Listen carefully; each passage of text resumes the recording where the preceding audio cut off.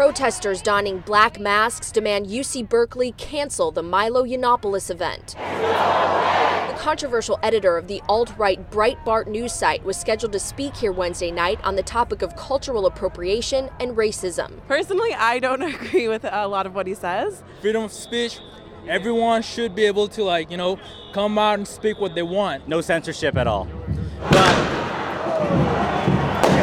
As we were conducting interviews, the protests suddenly turned violent. Anti-Milo protesters started fires and smashed barricades into windows of the student union. A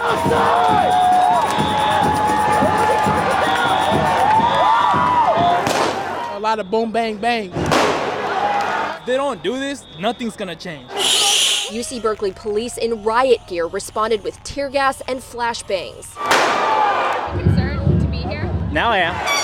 The scene even more tense than when protests shut down a similar event at UC Davis last month. Yiannopoulos took to social media saying he was evacuated from the student union as protesters raided the first floor.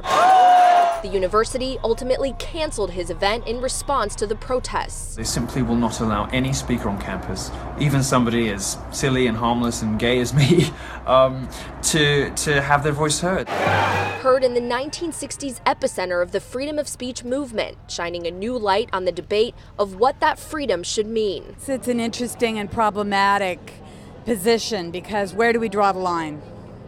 At what point is free speech hate speech? His hate speech can be deplorable and hateful, but sometimes you got to play both ends, though, because you got to accept that free speech kind of goes both ways. You have to allow either.